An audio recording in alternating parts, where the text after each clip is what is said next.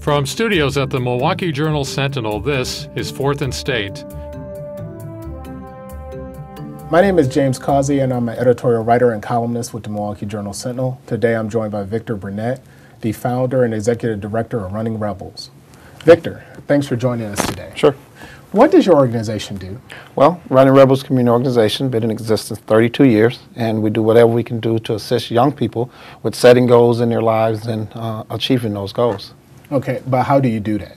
Well, 32 years ago, we did it with relationships that we formed with young people, and we today still believe in strongly forming relationship with young people, bonding with them, and being able to help influence the decisions that they make in life. Mm-hmm. How would a person go about getting involved in your program? Is it through court order, or can you volunteer to join, or how does that come about? We actually have both. We have court-ordered programming where we work with children's court with young people that have gotten themselves in trouble, and we work with them to help get them back on the right track. And then we actually have non-court-ordered programming, where general programming, young people just want to be in a safe place. We work with Safe and Sound and just be in a positive environment and just be around some good people. What's the typical age that you work with? We work with young people from the ages of 10 to 19, and at times we try to assist even your older youth to try to make sure they stay on the right path.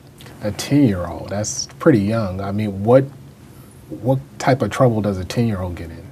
Well, more with 10-year-olds and younger people, we know that young people are starting to get younger and younger as far as the age that they're starting to get into trouble. So we want to try to do what society is starting to realize, that we need to start that work earlier and getting those young people on the right track and around the right people. So most of the 10-year-olds is we want to just make sure that they're having fun and seeing and being around positive people.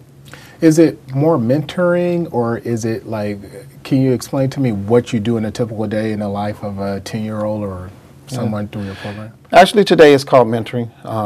When we started 32 years ago, it was more just being there for a young person. Anything from when they need a ride or need some advice. So it's kind of being there for them to assist them with making decisions in life, helping them see things clearer in life, and definitely being there when they slip and fall or make some bad choices, and being there to support them, uplift them, and help them get back on track. How would you rate your success? How is success, how do you give a grade to it? Yeah, well, I think the organization's been very successful. Two ways of judging that. We do have statistics to back up that we do really good work in our court-ordered programming, and in our general programming, when we see young people just making better choices and choosing to go to college rather than being on the block doing negativity, we actually see that as a lot of success. So we've been around 32 years doing a lot of work in the community, and there's just thousands of young people that we feel have benefited from the work that we do at Runnin Rebels.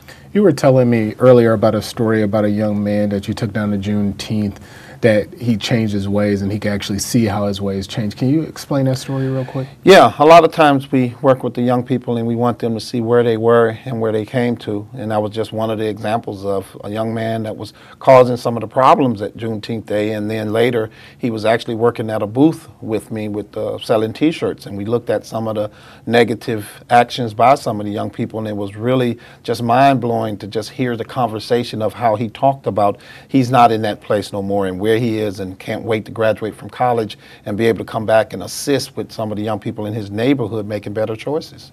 Now, one thing that you talked about is that if you go through Runnin Rebels, you're a running rebel for life. Explain that.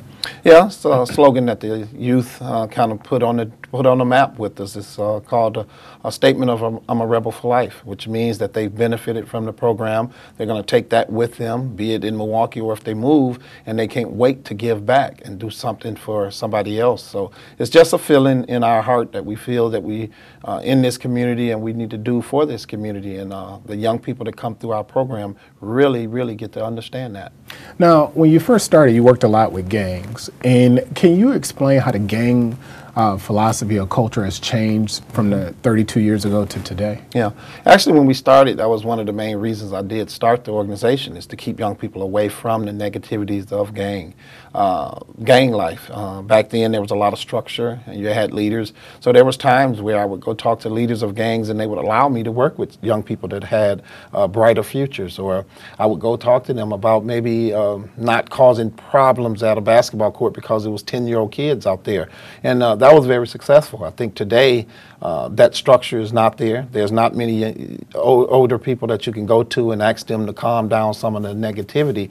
So I think we have and always have had a group of young people in the city that sometimes we call them renegades. They just on their own page. They don't listen to people, but they sometimes are the ones that's causing a lot of the problems and actually helping to give Milwaukee the negative reputation that it has. So we have to kind of look at that and deal with that group and keep our other young people away from straying over to that side. Last question for you. There was a recent study that came out that said actually youth violence is down. Are you seeing that in Milwaukee? Well, yes and no. I think it's hard for me to understand it when I see so many of our young people choosing to do some of the things that they do. As far as in their mindset, they see it as playing around, and that's all the way from the flash mobs and different things like that. You know, 50 kids running down and turning over things is wrong, but they in their mindset they don't see it as that. But I just think that there's a lot of good work going on in Milwaukee.